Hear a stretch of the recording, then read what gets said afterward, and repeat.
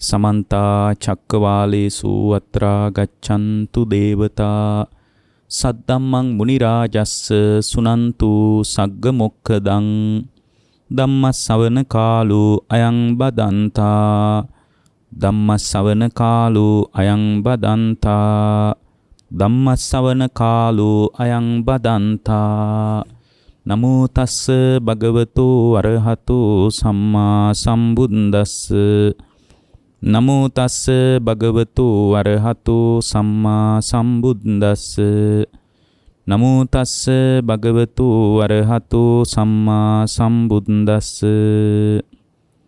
ඒ අපගේ ශාස්ත්‍රු සම්මා සම්බුදුරජාණන් වහන්සේට අප හැම දිනාගේම নমස්කාරය වේවා. සුපින්වත්නි, අදත් ඔබ ඊටාම ශ්‍රද්ධාවෙන් බලාපොරොත්තු වන්නේ ධර්ම ශ්‍රවණය කරන්නටයි බණ අහන්නටයි. අද මේ උතුම් දේශනාව සඳහා දායකත්වයෙන් කටයුතු කරනු ලබන්නේ කණම්පැල්ලේ පදිංචි ඉන්ද්‍රා අතපත්තු මහත්මිය, පානදුරේ පදිංචි ස්වර්ණා කණම්පැල්ල ස්වර්ණා වීරවර්ධන මහත්මිය, මතුගම පදිංචි සුනීතා ලියනාරච්චි මහත්මිය, බම්බලපිටියේ පදිංචි ලලනී අමරපති මහත්මිය, මාවරමණ්ඩියේ පදිංචි සුමනා අතපත්තු මහත්මිය, පිළියන්දල පදිංචි රූපා ගුණරත්න මහත්මිය යන මිතුරියන් එකතු වෙලා කල්යාණ මිතුරියන් පිරිසක් විසින් අද මේ දේශනාවට Tamanගේ දායකත්වයෙන් කටයුතු කරනවා.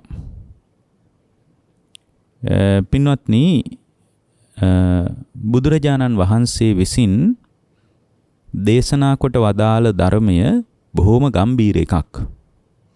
ඒ ගම්බීර ධර්මයේ ඥානවන්තයින් විසින් ප්‍රශංසාවට ලක් කරන එකක්. අඥානයන්ට ගෝචර වෙන්නේ නැති එකක්. ඒකයි අර එක වෙලාවක දණ්ඩපාණි වගේ ශාක්‍යයෙක් බුදුහාමුදුරුවෝ ළඟටත් ඇවිල්ලා තමන්ගේ අතේ තිබ්බ දණ්ඩට බර වෙලා ඔබ වහන්සේ කුමන වාදියෙක්ද, මොන වගේ මතයක්ද ඔබ වහන්සේ මේ කියාගෙන යන්නේ? ඔබ වහන්සේ මොන වගේ මතයකටද ගරු කරන්නේ? ඇයි ඔබ වහන්සේ මේ විදියට ඉන්නේ? මේ විදියට විමසනකොට බුදුරජාණන් වහන්සේ විසින් බොහොම ලස්සන උත්තරයක් දුන්නා. බුදු කෙනෙක්ගේ ඉලක්කය සම්බන්ධ.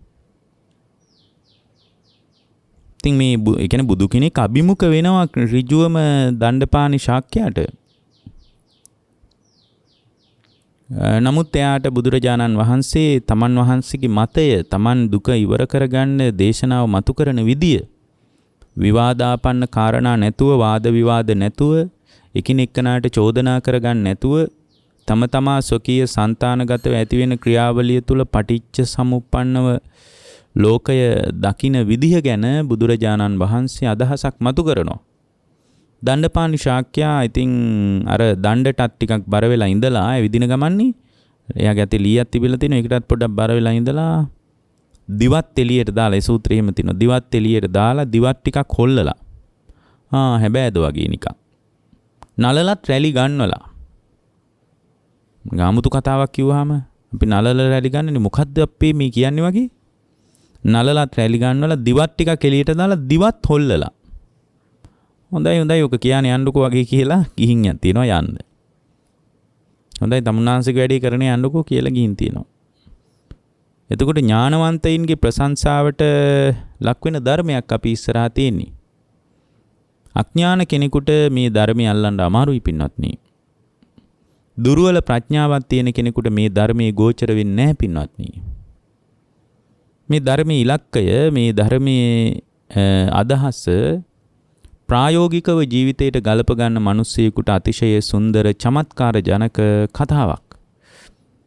එතකොට මේ ප්‍රායෝගිකව ගලප ගන්න කැමති නැති මිනිහෙකුට ඉතින් මේ වගේ කතාවක් බොහොම නීරස කතාවක් වෙන්න පුළුවන්. මේක සාමාන්‍යයෙන් ඔරොත්තු නොදෙන කතාවක් වෙන්න පුළුවන්. ඒ නිසා මේ බුදුරජාණන් වහන්සේගේ සැබෑ ශ්‍රාවකයන් විදියට අපි පුළුවන් තරම් පින්වත්නි බුදුරජාණන් වහන්සේගේ ශ්‍රාවකයන් හැටියට ධර්මීය ප්‍රායෝගිකව ගලප ගන්න පිරිසක් විදියට ප්‍රතිඵල හදා ගන්න දක්ෂතාවයක් තියෙන්න ඕන. ඒ දක්ෂතාවය ඇති වෙන්නේ සම්පූර්ණයෙන්ම ආධ්‍යාත්මිකව ඍජුව බැහැගත් ශ්‍රාවකයෙකුට. නිකම් බණ අහා ඉන්න මිනිස්සෙකුටම නෙමෙයි. දන් දීමින් ඉන්න මිනිස්සෙකුට නෙමෙයි. පන්සලෙම ඉන්න මිනිස්සෙකුට නෙමෙයි. තියර ප්‍රඥාවන්ත ශ්‍රාවක භාවයක් නැති තැනක අපි වුණත් වැඩි ධර්මයේ කතා කරන්න යන්නේ නැහැ. ඔය ආගිය තොරතුරු ටිකක් කතා කරලා කාපු බීපුවා ගැන සාමාන්‍ය මිනිස්සුත් එක්ක කොහොමද ගමන් බිමන් කොහොමද සුව දුක් කොහොමද කියලා ටිකක් අහලා බලලා හිමීට පැත්තකට වෙනවා. මේ ප්‍රඥාව නැති කෙනෙක් එක්ක මේ ධර්මයේ කතා කරන එක මහා දුෂ්කරයි. එයා කැමති නෑ භාවනාවක් ගැන ධර්මයක් දියුණු කිරීමක් ගැන කතා කරනවට කැමති නෑ.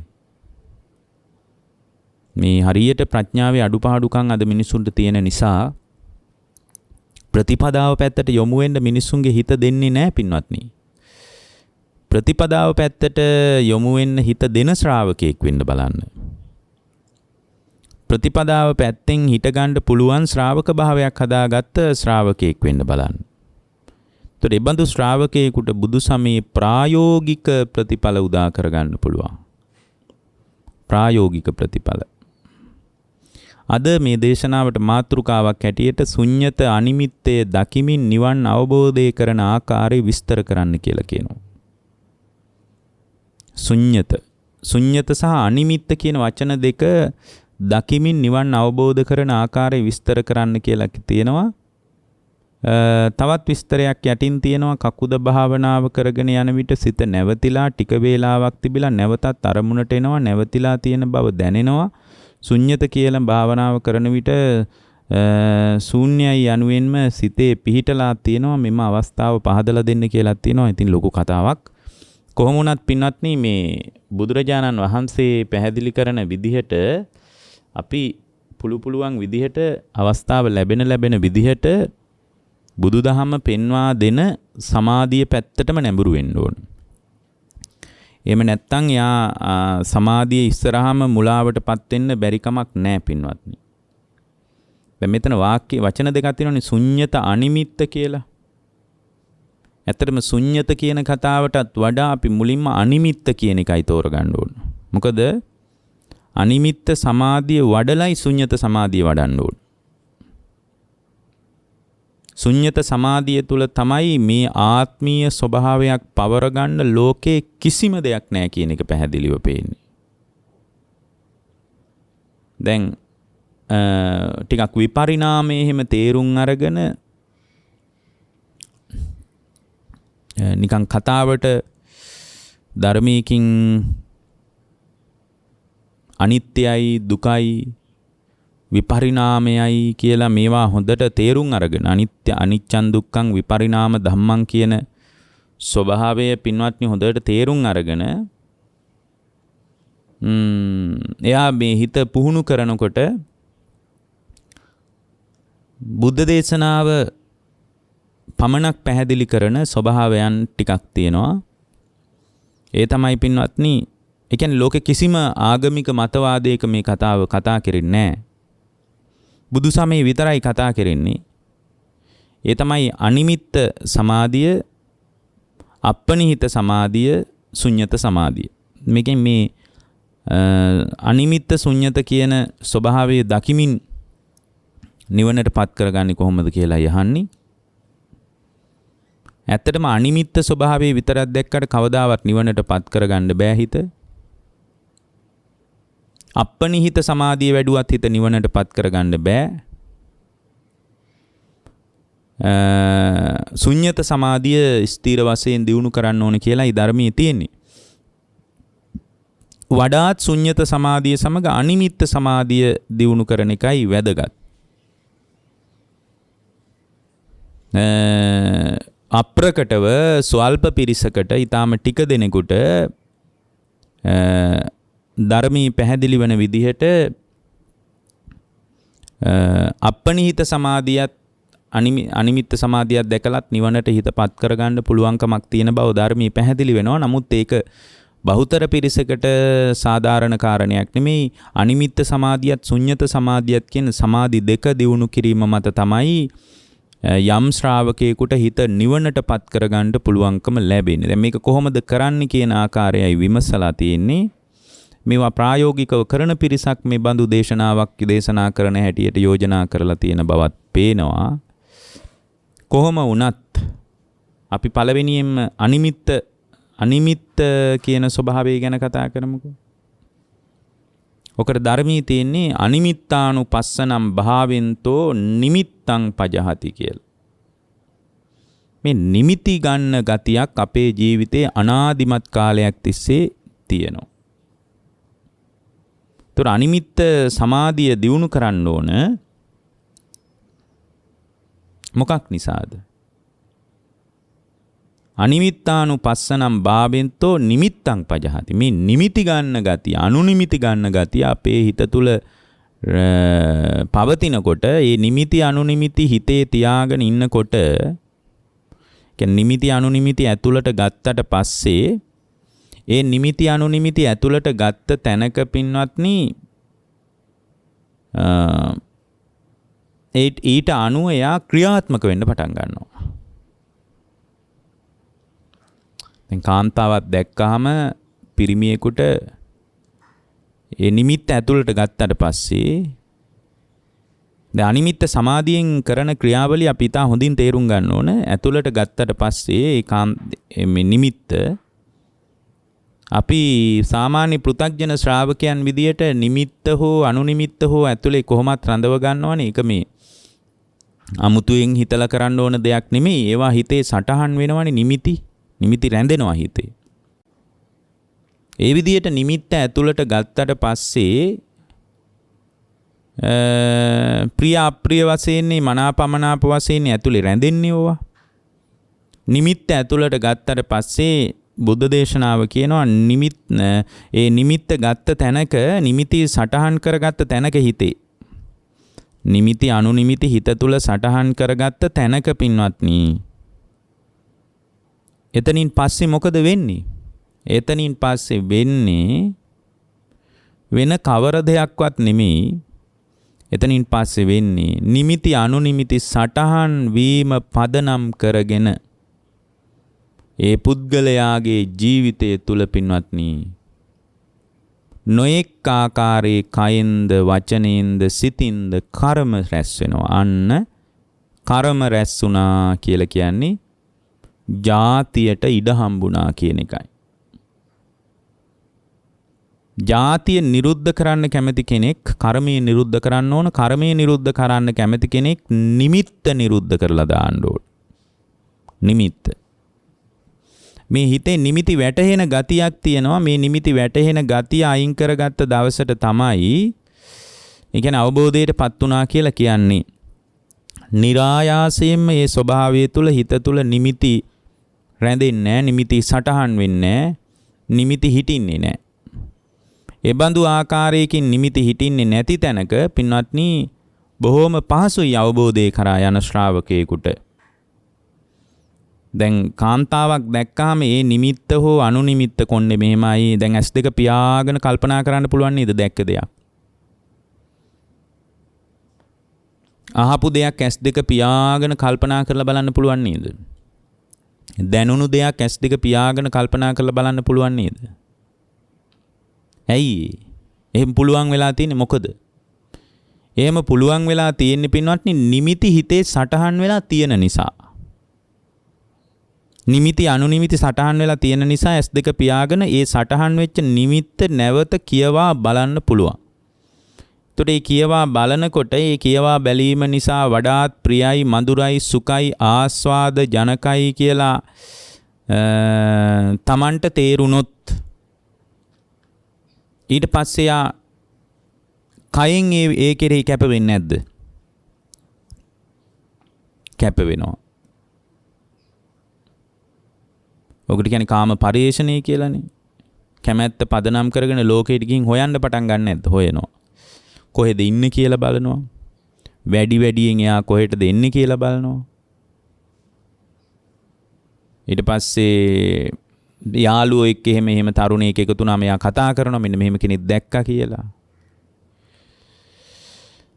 ඊට පස්සේ දැක්ක කෙනා ගැන විමසනවා. යා කොණ්ඩේ මෙහෙමයි, යාගේ ඇඟ මෙහෙමයි, යාගේ මූණ මෙහෙමයි, යාගේ වර්ණය මෙහෙමයි. මේ විදියට කතා කරනවා. අන්න බලන වචනේනුත් එයා මේවා කරනවා. ඊට පස්සේ එයා හොයනවා. ඊට පස්සේ සිතිනුත් එයා Tamanගේ වසඟයට ගන්න විදිහ ගැන සැලසුම් කරනවා. අන්න කර්ම සකස් වෙනවා. එහෙනම් ඔබ එකක් මතක තියාගන්න, මේ නිමිත්ත තියෙන තාක්කල් පුද්ගලයාට කර්ම රැස් වෙනවා. ඒ නිසා මේ අනිමිත්ත කියන ස්වභාවය පුහුණු කරන්න ඕන. ඒකට බුදුරජාණන් වහන්සේ මතක් කළා අනිමිත්තානුපස්සනම් භාවෙන්තෝ නිමිත්තම් පජහති. පින්වත්නි, හිතේ S2 පියාගෙන ඔබට මොනවද කල්පනා කරන්න පුළුවන්? එහෙම නෙමෙයි මොනවද කල්පනා කරන්න බැරි කියලා යහන්න ඕනේ. ඇයි? හැම වෙලාවකම නිමිති සටහන් වෙනවා. S2 පියාගෙන ඔළුව මෙහෙමයි. ඊට පස්සේ අත මෙහෙමයි. ගැහණියෙක්, පිරිමියෙක්, ගෙයක්, දොරක්, කාර් එකක්, ඉඩමක්, කුඹුරක් ඔක්කොම හිතට වැටහෙනවා නම් ඒ නිමිති ඔක්කොම හිතට වැටහෙන්නේ පින්වත්නි මොකක් නිසාද? මොකක් නිසාද? නිමිත්ත හිතේ හිටලා තියෙන නිසා. කියනකොටම හිතට වැටහෙනවා නම් ඒ නිමිති ඔක්කොම සටහන් වෙලා තියෙනවා. නමුත් මේ නිමිති එහෙමනම් දැන් කෙනෙක් අහන්න පුළුවන් බෑ අනිමිත්ත කියන ස්වභාවය ප්‍රකට කරගන්නේ කොහොමද කියලා. අනිමිත්ත කියන ස්වභාවය ප්‍රකට කරන්නේ පින්වත්නි ඇත්තටම ප්‍රධාන වශයෙන් අනිමිත්ත කියන ස්වභාවය ප්‍රකට කරන්නේ මේ දකින ඝන ස්වභාවයෙන් පවතින දේවල්නේ නිමිති වශයෙන් හිටින්නේ.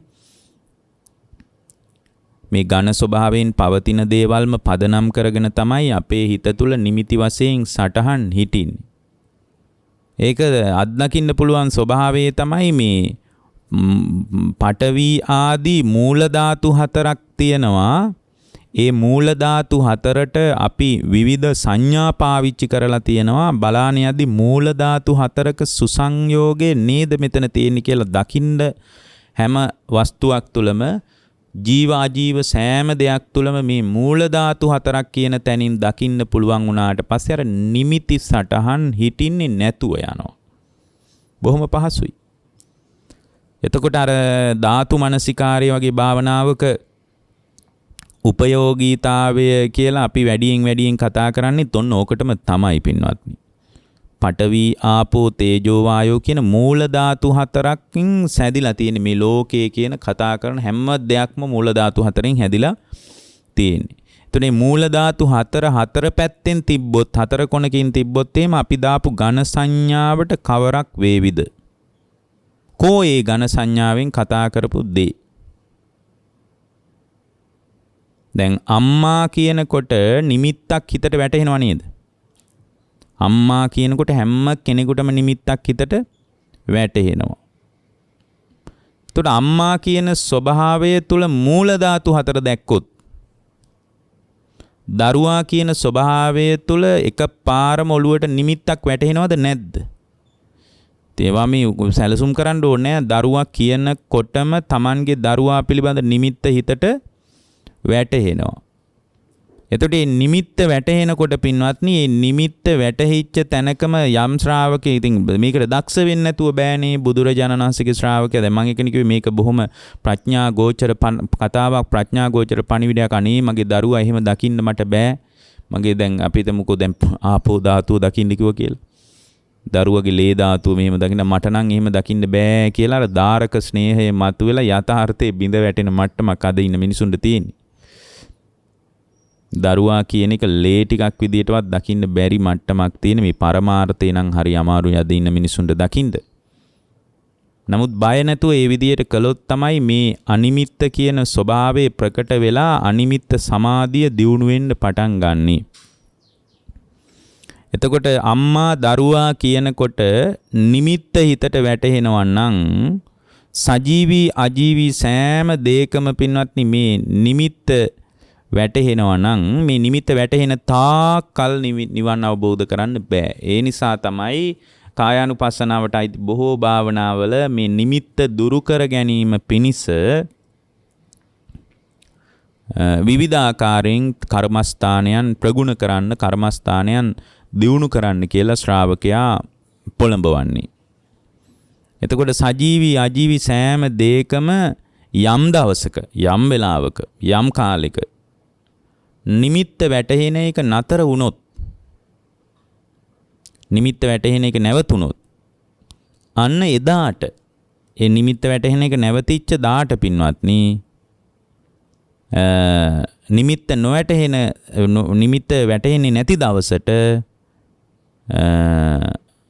එදාට අරහත්, ඒ දක්වාම අනිමිත්ත සමාධිය දියුණු කරන්න ඕන. නිරායාසයෙන් මේ ලෝකේ නිමිති වැටහෙන්නේ නැති දවසක් එනවා.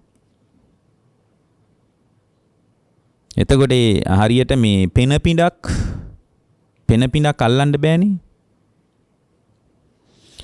පෙන පිඬක් අල්ලන්න බෑ වගේ පින්වත්නි, මේ නිමිත්ත අහුවෙන්නේ නැතුව යනවා. ඒ හේතුව තමයි නිමිත්ත අහුවෙන්නේ නැති, නිමිත්තක් විදියට ගන්න දෙයක් පේන්නේ නැතුව යනවා. සතර මහා ධාතුවක් විදියට මේක දැක්කොත් ඉතින් මොකෝ නිමිත්තක්.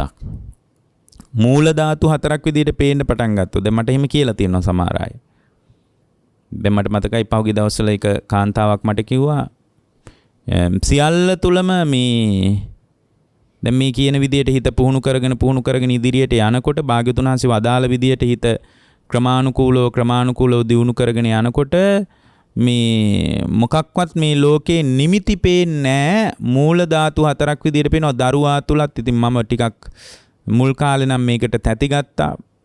මගේ ඔළුවවත් නරක් වේගෙන එනවාද කියලා. නමුත් මට තේරුණා මේ ඝන සංඥාව බැහැර වෙලා යනකොට මේ බාහිර ලෝකයට කවර දෙයක් වුණත් සෝසුසුම් හෙලන්නේ නැතුව බලාගෙන ඉන්න පුළුවන් තැනකට හිත හැදිලා තිනවා. ඒක බොහොම ශාන්ත ප්‍රණීත ස්වභාවයක්, ඇහැට කඳුලක් නැති තරමටම ලෝකයේ දකින්න පුළුවන් එක කියලා බොහොම ප්‍රශංසාත්මකව කතා කළා.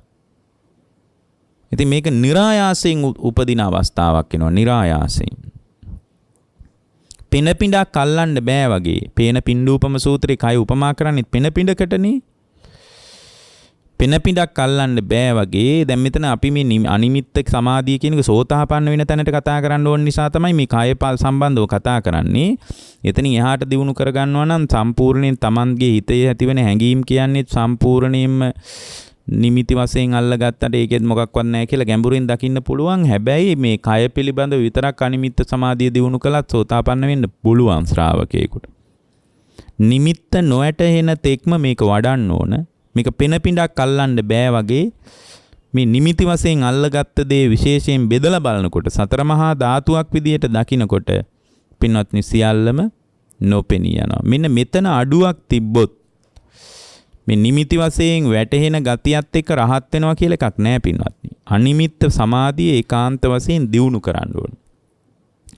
ඇත්තටම අනිමිත්ත චිත්ත සමාධිය තරම් බොහොම ශාන්ත ප්‍රණීත සමාධියක් ලෝකේ තවත් නැහැ පින්වත්. අනිමිත්ත සමාධිය තරම් බොහොම ශාන්ත ප්‍රණීත සමාධියක් නැහැ. අනිමිත්ත චිත්ත සමාධිය තුලම දියුණු කරගෙන ගිහින් ශුන්්‍යත සමාධිය දැක්කොත් එතනදී ඒ ශ්‍රාවකයාට සෝතාපන්න වෙන්න පුළුවන්. ඒතර මෙතන මේ ඇත්තම අනිමිත්ත සමාධිය තව ටිකක් කියන්න ඔහොම ඉතුරු කරලා අපි ශුන්්‍යත සමාධිය කියන එකත් මෙතන විස්තර කරගමු. මොකද්ද ශුන්්‍යත සමාධිය? මොකද අනිමිත්ත ශුන්්‍යත කියන එක දකිමින් නිවන් අවබෝධ කරන විදිය කියන්නේ. ශුන්්‍යතානුපස්සනං භාවින්තෝ අත්තාබිනිවේ සම්පජහති. ආත්මීය ස්වභාවයකින් මේ හිත හැම වෙලාවකම බැහැගෙන ඉන්නවා. ආත්මීය ස්වභාවයෙන් මේ හිත හැම වෙලාවකම බැහැගෙන ඉන්නවා පින්වත්නි. හරියට පැණි හැලියකට ඇඹලෙක් අහුවෙලා ඉන්නවා වගේ. අතාරින්නේ නැණි පැණි හැලියක් ඇඹලෙක්. පැණි හැලියකට ඇඹලෙක් අහුවෙලා ඉන්නවා වගේ පින්වත්නි මේ ආත්මය කියලා බැසගෙන ඉන්න ගතියක් සාමාන්‍ය පුද්ගලයා තුල තියෙනවා. අත්තාබිනිවේෂ කරන ගතියක් තියෙනවා. බැසගෙන ඉන්නවා. අන්නේ බැසගෙන ඉන්න ගතිය අයින් කරගන්න ඕනකමට තමයි පින්වත්නි පුද්ගලයා විසින් ශුන්්‍යත වශයෙන් මේක ශූන්‍යයි. අසත් ශූන්‍යයි, රූපයත් ශූන්‍යයි, චක්කු විඥානයත් ශූන්‍යයි, චක්කු සම්පස්සයත් ශූන්‍යයි, චක්කු සම්පස්සදා වේදනාවත් ශූන්‍යයි, වේදනාව නිසා ඇති වෙනවා නම් යම් හිතේ ආසාවක් ඔය ආසාවෙත් ගන්න දෙයක් නැහැ. ඕකත් ශූන්‍යයි කියලා මේ ආයතන 6 හරහාම අත්දකින්න ක්‍රියාවලිය තුළ ශූන්‍යතාවය දකිමින් ටිකක් භාවනා කරාට පස්සේ එයා තුළ පින්වත්නි ආත්මීය වශයෙන් බැසගෙන ඉන්න ගතියක් තියෙනවා නම් ඒවාටම අහුවෙලා ඒවාම අබිනිවෙස් කරන ගතියක් තියෙනවා නම් අන්න ඒක බැහැර වෙලා යනවා. මේක බොහොම බරපතල අවස්ථාවක්. බරපතල අවස්ථාවක්. හේතුව තමයි සෝවාන් වුණ කෙනාටත් මම වෙමි කියන හැඟීම තියනවද නැද්ද? තියෙනවා. සෝවාන් වෙච්ච කෙනාටත් අස්මිමානිය තියෙනවා. එහෙනම් මේ ශුන්්‍යතානුපස්සනාව අරහත්ත්වයේ දක්වාම දියුණු කරගන්න ඕන එකක්. සෝවාන් වුණ කෙනාටත් මම වෙමි කියන හැඟීම තියෙන නිසා සෝවාන් වෙච්ච කෙනෙකුත් ශුන්්‍යතානුපස්සනාව ශුන්්‍යත සමාධිය ක්‍රමානුකූලව ටිකෙන් ටික පින්වත්නි මේක දියුණු කරගෙන යන්න ඕන. මොකද අපේ ජීවිතය තුළ මේ ශුන්්‍යතානුපස්සනාව කියන එක හරිම වැදගත් දෙයක්. ඒක බුද්ධ ශාසනයේ විතරක් මතුවෙන දෙයක්. මේ රූප වේදනා සංඥා සංකාර විඥාන කියන පංචස්කන්ධ ලෝකයේ තුලම ශූන්‍යතාවය දැක ගන්න බැරි වුණොත් පින්වත්නි මේ දැක ගන්න බැරි වෙච්ච තැනක ඒ ශ්‍රාවකයාට මේ අවබෝධය කරා යන්න බෑ. ඒ නිසා මේ ශුන්්‍යතානුපස්සනාව කියන එක බොහොම වැදගත් අවස්ථාවක්. බොහොම වැදගත් අවස්ථාවක්. මොකද මේ ශුන්්‍යතානුපස්සනාව වඩන්න ඕන කොච්චර අනිමිත්ත සමාධිය වැඩුණත් කොච්චර අපනිහිත සමාධිය වැඩුණත් ඇත්තටම අපනිහිත සමාධිය කියලා කියන්නේ ප්‍රාර්ථනා මේ ලෝකේ අර ප්‍රාර්ථනා කර යන ගතියක් අපි තුල තියෙනවා. සියල්ලම ලෝකේ ප්‍රාර්ථනා කරනවා අපි. මොනවද ප්‍රාර්ථනා කරන්නේ නැත්තේ? පින්වත්නි සියල්ල තුලම ප්‍රාර්ථනා කරනවා අන්තිමටම භවයත් ප්‍රාර්ථනා කරනවා. භවයේ ප්‍රාර්ථනා කර යනවා. ඉතින් මේ ප්‍රාර්ථනා කරන ගතිය සතුටින් ප්‍රාර්ථනා කරන ගතියක් තියෙනවා නම් එතකොට පින්වත්නි ඒ පණිදිය ප්‍රාර්ථනා කරන ගතිය සම්පූර්ණයෙන් බැහැර වෙලා යනවා අපනිහිතානුපස්සනාව වඩනකොට. නමුත් ඒක මේ මාතෘකාවට සම්බන්ධ නැති නිසා මම ඒක මෙතන විස්තර කරන්න යන්නේ නැහැ. බුදුරජාණන් වහන්සේ මතක් කරන්නේ අවිද්‍යාව නිසාමයි ලෝකේ ප්‍රාර්ථනා කරන්නේත් අවිද්‍යාව නිසාමයි ලෝකේ මම මගේ ආත්මය කියලා ආත්මීය ස්වභාවයෙන් ලෝකේ අල්ලන්නේත් ඒ වගේම නිමිති හිතේ සටහන් කරගන්නෙත් අවිද්‍යාව නිසා. මොකද නැති දෙයක් ඇති බවට හිතේ සටහන් කරගන්නවා. ඇත්තටම නෑ, සත්‍ය වශයෙන්ම නෑ. නමුත් හිතේ නිමිත්තක් ඇති බවට නැති දෙයක් ඇති බවට හිතේ සටහන් කරගෙන අල්ලගෙන තුරුල් කරගෙන ඉන්නවා. ඒක තමයි අපිට වෙලා තියෙන්නේ පින්වත්නි. ඉතින් මේ විදියට අත්දකින්නකොට ලෝකයේ අත්දකින්නකොට පින්වත්නි ඒ ශ්‍රාවකයාට දැන් මේක මෙහෙම කිව්වට වැඩක් නැහැනේ, මේක නිකන් අහගත්තට වැඩක් නැහැනේ, මේක දියුණු කරන්න ඕන සමාධියක් විදියට. එහෙනම් භාවනාවක් කරන්නම ඕන. මේ අහගත්ත දේ ඉලක්ක කරගෙන භාවනාවක් කරන්නම ඕන. අනිමිත්තානුපස්සනාව වඩන්න කියනකොට ඒ අනිමිත්ත සමාධිය දියුණු කරන්නේ නැතුව තමා තුළ නිමිති වැටහෙන ගතිය නිකන් බණ ටිකක් අහගෙන හිටියා කියලා ඒක කරන්න අමාරුයි. නිකන් බණ අහලා උන්නම් පැයක් දෙකක් පස්සේ මේක නිකන් හිතේ තියෙන්න පුළුවන්.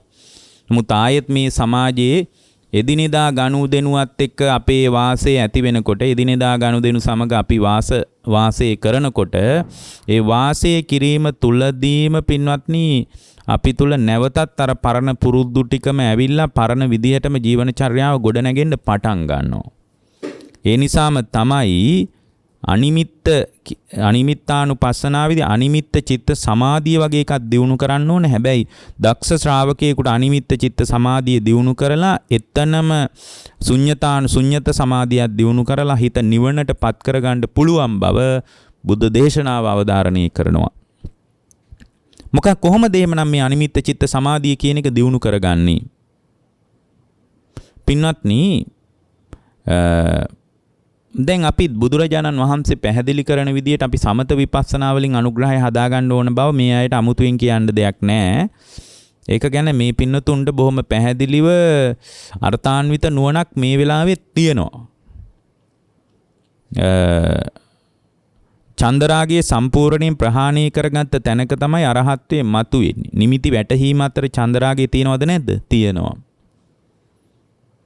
මගේ ආත්මය කියලා ස්වභාවයක් දකිනවා නම් එතන ශූන්‍ය වශයෙන් නොදකින තැනක චන්දරාගය තියෙනවද නැද්ද? තියෙනවා. එහෙමනම් සමත වශයෙන්ුත් විපස්සනා වශයෙන්ුත් ධානයේ දියුණු කරගන්න ඕන. එතකොට මෙතන අනිමිත්ත සමාධිය කියලා කියන්නේ මේ සියලුම සංස්කාරයන්ගේ මෙතන සංස්කාර කියලා අපි කියන්නේ හේතුන් නිසා හටගත්ත දේවල් වල නිමිති කල්පනා නොකොට සිටීමේ ස්වභාවයට හිතපත් කරගෙන සමාධියෙන් වාසය කරනවා. සියලුම සංස්කාරයන්ගේ නිමිති හිතට වැටෙන්නේ නැති විදියට හිත පවත්වගෙන යනවා. එතන පවතින්නේ අනිමිත්ත සමාධියයි පින්වත්නි. දැන් බලන දේ අපි මුලින් කිව්වා බලන දේ ස්පියා ගත්තට පස්සේ වැටහෙනවා. රූපයද වැටහෙනවා, ශබ්දයද වැටහෙනවා, ගඳ සුවඳද වැටහෙනවා, රසයද වැටහෙනවා. එතකොට ඒ ඔක්කොම අත්දකින්නේ මනෝ සම්පස්සේ තුලින්. මනෝ සම්පස්සේ තුලින් තමයි ඒක අත්දකින්නේ. අතීතයේ අනාගතයේ තහගත් රූප ශබ්ද ගන්ධ රස පොට්ටබ්බ ධම්මයනුත් අනාගතයට අහගන්න කියලා හිතාගෙන ඉන්න දේවලුත් හිතෙන් උපකල්පනය කර කර වැටෙනවා. ඒවා තාම වින්දනය කරලා නැහැ, ඒවා දැකලා නැහැ, ඒවා ඇහිලා නැහැ. ඒවා හිතිලත් නැහැ, ඒවා ගැන අදහසකුත් නැහැ අපිට. හැබැයි අපිට ඒවා හිතට වැටෙනවා පින්වත්නි.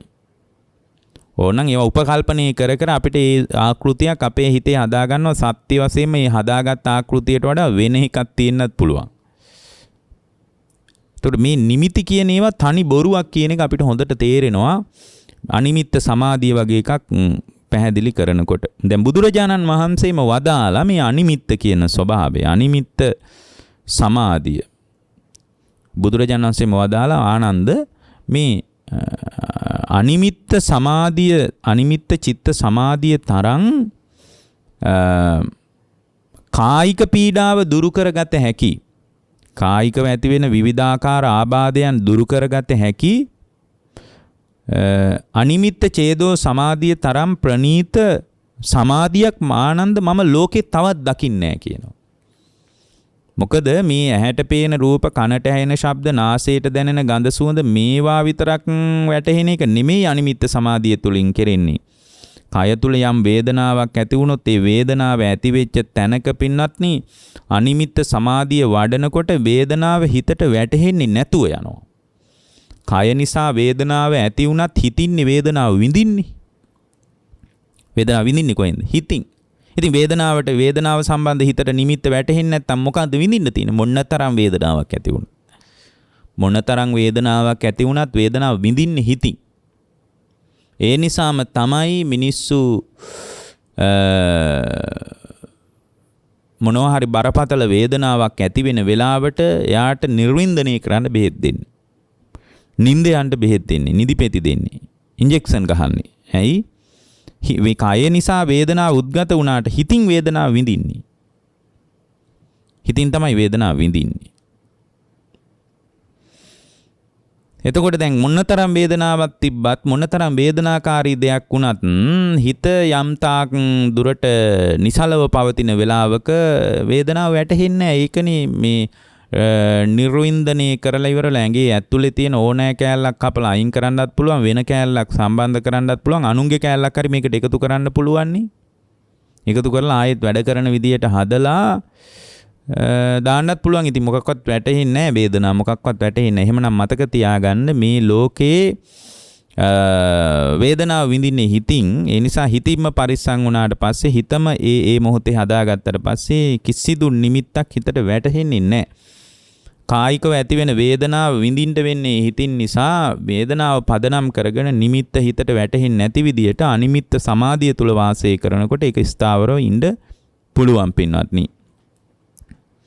දැන් මේ විදියට දියුණු කරනකොට අපි හොඳට තේරුම් ගන්න ඕන දැන් මේ නිමිත්ත කියන්නේ කුමක්ද කියලා.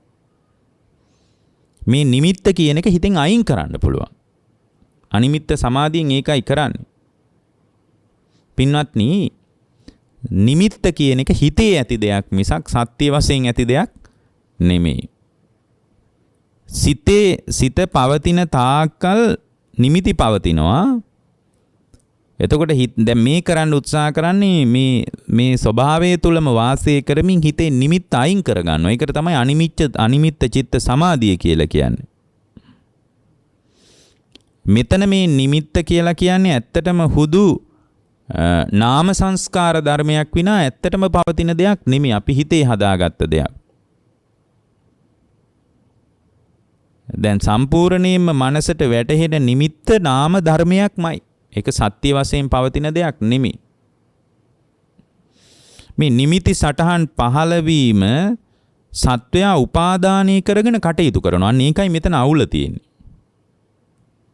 නිමිති සටහන් පහළ වුණාට පස්සේ පහළ වෙන නිමිති සටහන් එයා ඒක උපාදානය කරගෙන තුරුල් කරගෙන ලං කරගෙන ඒවාටම ඇලිලා ඒවාටම බැඳිලා ඒවාම අභිනන්දනය කර අපි කාලය ගෙවනවා. අන්න ඒකයි පින්වත්නි මෙතන තියෙන අවුල, වෙන මොකක්වත් නෙමෙයි.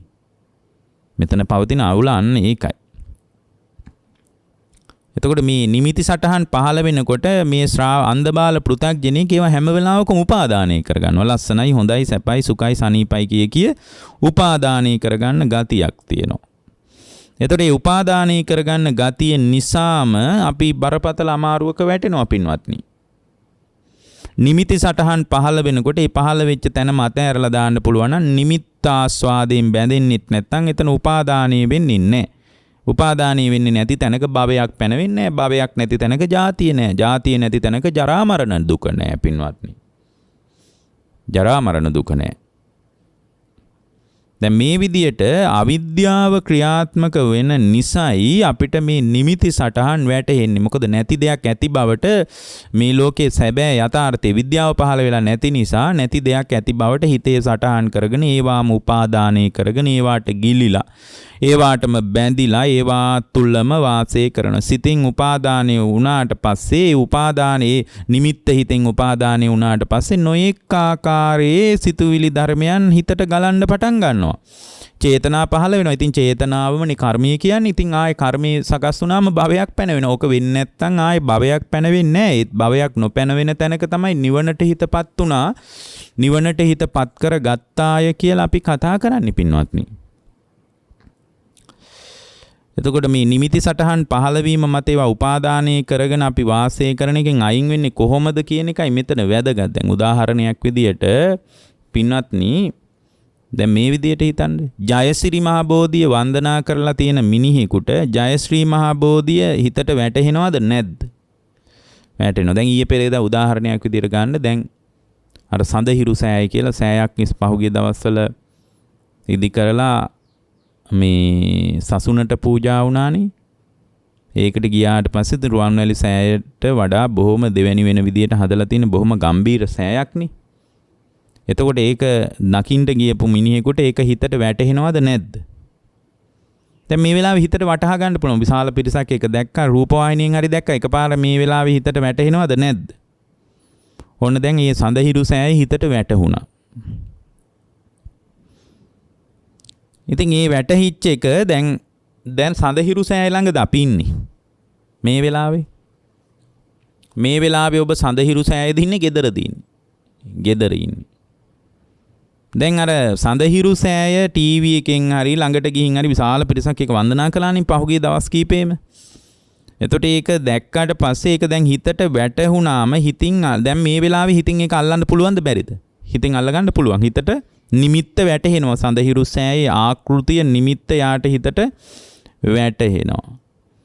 එතකොට ඒක හිතින් අල්ල ගන්නකොටම පින්වත්නි හිත පැත්තෙන් සංස්කාර ධර්මයන් ගලාගෙන එනවද නැද්ද? මේ නිමිත්ත වැටහීම තුලම. සඳහිරු සෑයට ගිහිනුත් නෙමෙයි. දැන් මේ වෙලාවේ දැකලත් නෙමෙයි. හිතේ අර නිමිත්ත වැටහිච්ච නිසා නොයෙක් සංස්කාර ධර්මයන් හිතට ගලාගෙන එනවද නැද්ද? එනවා. එතකොට කෙනෙක් කියන්න පුළුවන් අපෝ ඉතින් ඒක කොච්චර කුසල සංස්කාරයක්ද පුණ්‍ය සංස්කාරයක්ද? ඒ කොච්චර හොඳයි. පින්වත්නි පිනවත් අභිනන්දනය කරන්න එපා කියලානේ භාග්‍යවතුන් වහන්සේ වදාළේ. ඇයි පිනට අනුවත් භවයේ පැනවෙනවනේ. භවයේ පැනවෙනවනේ. මේක ඉතින් ගැඹුරෙන් තේරුම් ගන්න. ගැඹුරින් තේරුම් ගන්න. දැන් බලන්න සඳහිරු සෑය හොඳයි තමයි වඳින එක. ඒ වන්දනාව තුල හිතින් අල්ලපු ගමන් චිත්ත සංස්කාරයන් චිත්ත ප්‍රවාහයක් හිතට ගලාගෙන එනවද නැද්ද? සාද්ධාවද නොඑක ආකාරයේ චිත්ත ප්‍රවාහයන් ගලාගෙන එනවා. ඒ ගලාගෙන එනකොට ඒ චිත්ත ප්‍රවාහයම එයාගේ හිතට උපාදානීය වෙලා භවයේ පැනවෙනවද නැද්ද? භවයේ පැනවෙනවා. ඕනම දෙයක අතීතේත් අනාගතේත් වර්තමානෙත් නිමිති වැටෙන්නේ මෙන්න මේ විදියටයි පින්වත්නි. නිවන හිතින් ඇල්ලුවත් ওই විදිය තමයි. ඒ නිවනත් ඉතින් උපාදානීය වෙනවා. නිමිති ඒකට අදාළව වැටෙනවා. පින්වත්නි මේ අනිමිත්ත සමාධිය කියලා කියන්නේ උපාදානේ ඉවත් කරලා ඔන්න අහගන්න අනිමිත්ත සමාධිය කියන්නේ මොකක්ද කියලා. උපාදානේ ඉවත් කරලා සිතින් අල්ලන්නේ නැතුව ඉන්න එක තමයි අනිමිත්ත චිත්ත සමාධිය කියලා කියන්නේ. උපාදාන ඉවත් කරලා කුසල අකුසල් හෝ කවර දෙයක්වත් හිතින් අල්ලන්නේ නැතුව ඉන්න එක තමයි අනිමිත්ත චිත්ත සමාධිය කියලා අපි කතා කරන්නේ. දැන් බලන්න මේ සිතුවිලි ගලන විදිය මේ හිතට පින්වත්නි හැම දෙයක් තුළම ඔය මං කියපු ඔය සඳහිරු සෑයි කතාන්දරේ හැම දෙයකටම බලන්න නොයෙක් ආකාරයේ සිතුවිලි ධර්මයන් හිතට ගලාගෙන එන විදිය Tamanට පේන්න පටන් ගනිවි. දැන් මෙතනදී මේ සිතුවිලි ගැලීම කියන එක පින්වත්නි දුකක් වශයෙන් දකින්න ඕන. ඔන්න නිවන් අවබෝධ කරන විදිය. අනිමිත්තයම පාවිච්චි කරලා නිවන් අවබෝධ කරන විදිය. සිතුවිලි ගලන එක දුකක් විදියට දකින්න ඕන. නිමිති වැටහෙනකොට සිතුවිලි ගලාගෙන එනවා නම් ඒක දුකක් විදියට දකින්න ඕන. එතකොට මොකද සිතුවිලි ගලාගෙන එන එකට අපි කියන්නේ සංස්කාරනේ. සංස්කාර ඒකාන්තයෙන්ම දුකක්ද නැද්ද? දුකක්මයි. අර නිමිති නිසා සංස්කාර ගලාගෙන එන බව දකින්න ඕන. දුක්ඛ සමුදයක් දකින්න ඕන. නිමිත්ත වැටහෙන්නේ නැත්නම් සංස්කාර ගලන්නේ නැති බවක් දකින්න ඕන. දුක්ඛ නිරෝධය. ඒක ප්‍රතිපදාව ප්‍රායෝගිකව ප්‍රතිපදාව සම්මා දිට්ඨිය ප්‍රතිවේද කරන එක කියලා අර නිමිත්තම පාවිච්චි කරලා චතුරාර්ය සත්‍ය පරයයන් මේක බලනකොට භාවනාවෙන් පින්වත් ඥාන්නේ එතනයි නිවනට වඩාත් ශ්‍රාවකයා සමීප වෙන්නේ. එතනයි නිවනට ශ්‍රාවකයා සමීප වෙන්නේ. ඇසට පේන රූපයේ උපාදානය වුණාට පස්සේ පින්වත්නි යම්කිසි ඇලීමක් ඇතනම් පින්වත්නි එතන එයාගේ ඒ ඇල්ම අතහැරෙන්න පටන් ගන්නවා චතුරාර්ය සත්‍ය පරියායට මේක ගලපනකොට. චතුරාර්ය සත්‍යයට පරියායට ගලපා බලන්න ඕනේ. එතකොට ආර්ය අෂ්ටාංගික මාර්ගය Tamanගේ ජීවිතේ ප්‍රකට කරගත යුතු විදිහ ගැන Tamanට තේරෙනවා. අපි ඇසට පේන රූපය උපාදානය කරගන්නවා, කනට ඇහෙන ශබ්දය උපාදානය කරගන්නවා, නාසයට දැනෙන ගඳ සුවඳ උපාදානය කරගන්නවා, දිවට දැනෙන රසය උපාදානය කරගන්නවා. පින්වත්නි මේ විදියට බලනකොට මේ නිමිති උපාදානයේ වෙච්ච තැනක ඒවා නැවත නිමිති වශයෙන් සටහන් වෙන එක මොනතරම් දුකක්ද? මොකද මේ නිමිති ආයේ කල්පනා වෙනකොට නොඑක ආකාරයේ සංස්කාරයන් හිතට ගලාගෙන එනවා. සංස්කාර ගලන එකමයි දුක. සංස්කාර ගලන්නේ නැතිව තියෙනවා නම් ශාන්තයි ප්‍රණීතයි කියලා දකින්නකොට මේ අනිමිත්ත සමාධිය තුළ සංස්කාර ධර්මයන් හිතට නොගලා තියෙනවා. ඒ ගලන්නේ නැතුව තියෙන තැනක හිත බොහොම ශාන්තයි. මේ විදියටම රූපස්කන්ධය, වේදනාස්කන්ධය ආදී සම්පූර්ණයෙන් මේ ස්කන්ධයන්ගේ පින්වත්නි නිමිති වේන එක, නිමිති වැටහෙන එක සම්පූර්ණයෙන්ම මහා බරක් විදියට, වෙහෙසක් විදියට, දුකක් විදියට ශ්‍රාවකයා ඒ රූප වේදනා සංඥා සංකාර විඥාන කියන පංචස්කන්ධය ඔස්සේ නිමිති වැටහෙන එක දුකක් හැටියටත්, නිමිති වැටහෙන්නේ නැති එක ශාන්ත හැටියටත්, නිමිති රූප වේදනා සංඥා සංකාර විඥාන ඔස්සේ නිමිතිනේ හිතට වැටහෙන්නේ. දැන් වේදන සුඛ වේදනාව කියන්නේ නිමිත්තක් ඇත්තටම. දුක් වේදනාව කියන්නේ නිමිත්තක්. මේ විදිහට රූප සංඥා, ශබ්ද සංඥා කියන්නේ මේ ඔක්කොම නිමිති. සමස්ත මුළු විශ්වයම නිමිති ගොඩක් හිතට වැටහෙන්නේ. මේ නිමිති වැටහෙන එක දුකක්. මොකද නිමිති වැටහෙන එක දුකක් වෙන්නේ? නිමිති වැටහෙනකොට සංස්කාර ධර්මයන් හිතට ගලනවනේ. සංස්කාර ගලන එකනේ දුක. සංස්කාර ගලන්නේ නිමිත්ත නිසා. එහෙනම් දුකේ සමුදය කියන්නේ නිමිත්තයි. නිමිත්ත නිරුද්ධ කරලා දාන එක දුකේ නිරෝධයයි. ඒක නිරුද්ධ කිරීම පිණිස ප්‍රතිපදාව ආර්ය අෂ්ටාංගික මාර්ගය කියලා චතුරාර්ය සත්‍ය පරියායෙන් ඒක දකින්න පටන් ගන්න. ඒ දකින්න පටන් ගන්නකොට පින්වත්නි තමන්ගේ ජීවිතය තුළ නිමිති වැටහෙන එක ටික ටික අඩු වෙන්න පටන් ගන්නවා. නිමිත්ත කියන එක දුකක් විත් දුකේ හට ගැනීම කියලා දැක්කට පස්සේ මේ දුකම හදලා දෙනවා නම් නිමිත්ත මොකටද මේක වැටහෙන විදියට සටහන් කරගන්නේ අතහැරලා දාන්න ඕන කියලා හිත ඒකට සූදානම් වෙනවා. දැන් උදාහරණයක් විදිහට වේදනාවම ගමුකෝ. පින්වත්නි සිත තුළ ඇතිවෙන ඇල්ම නිසාමයි වේදනාව උපාදානෙ වෙන්නේ. උපාදානෙ වුණාන් පස්සේ කර්ම රැස් වෙනවා.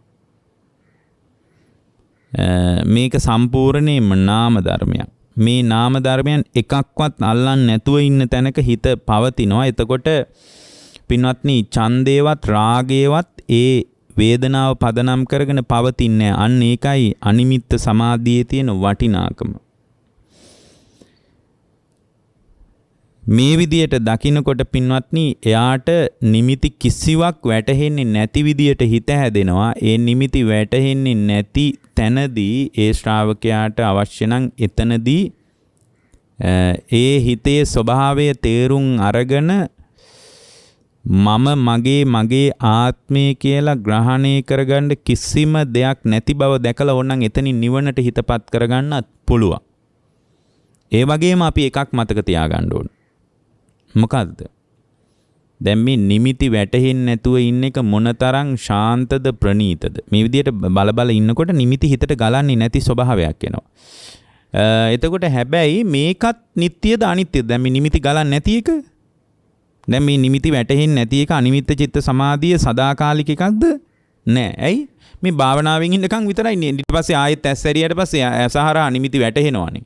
කනහරා නිමිති වැටහෙනවනේ.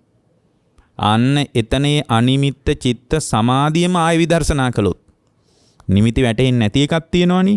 අන්නේ නිමිති වැටෙන්නේ නැති එක නිමිත්ත මොකක්වත් හිතට වැටෙන්නේ නැති ස්වභාවයක් තියෙනවනම් මේක නිත්‍ය එකක්ද? නෑ. භාවනාවෙන් ඉන්න තාක්කල් තියෙයි.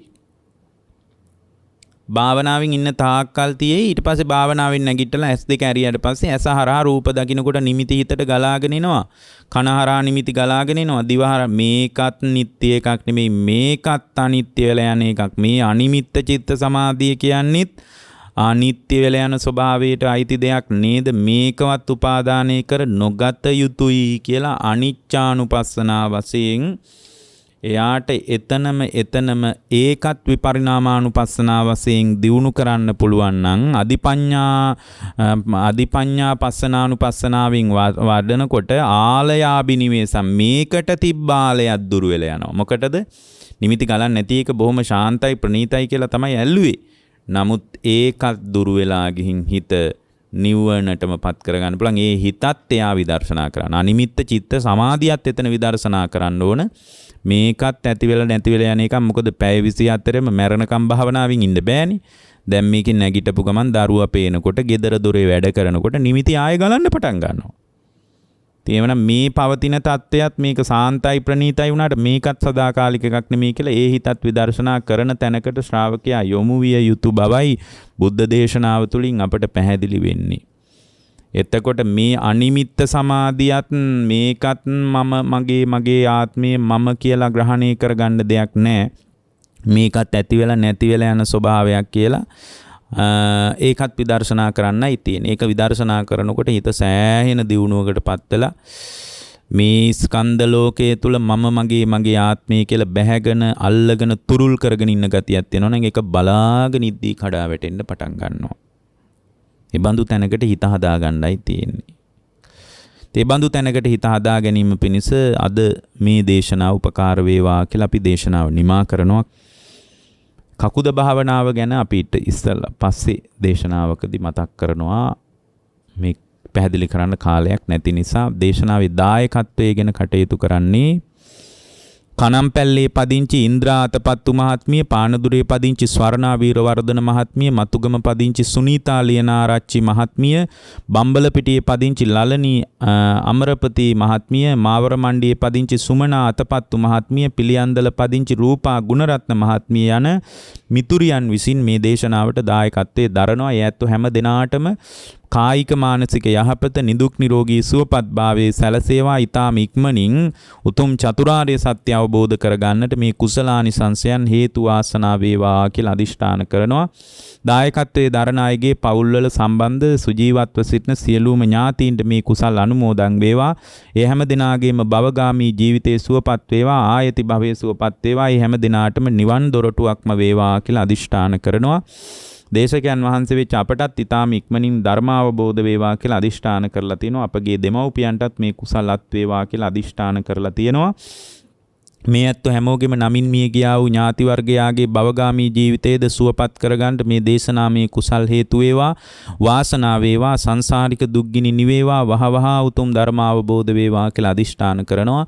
පෙනෙන නොපෙනෙන හැම දිනාටමත් අවීචියේ පටන් භවාග්‍රේ දක්වා විහිදී පැතිරී පවතින සියලුම දිනාට මේ කුසල් බලවත් වේවා. සංසාර ගමනේ කෙලවර අමා නිවන් පිණිසම දේශනාව හේතු වාසනා වේවා කියන අදිෂ්ඨානයත් සහිතව දේශනාව නිමා කරනවා. ඔබ හැම දිනාටම තෙරුවන් සරණයි. මෝහක්ඛයෝ නිබ්බානං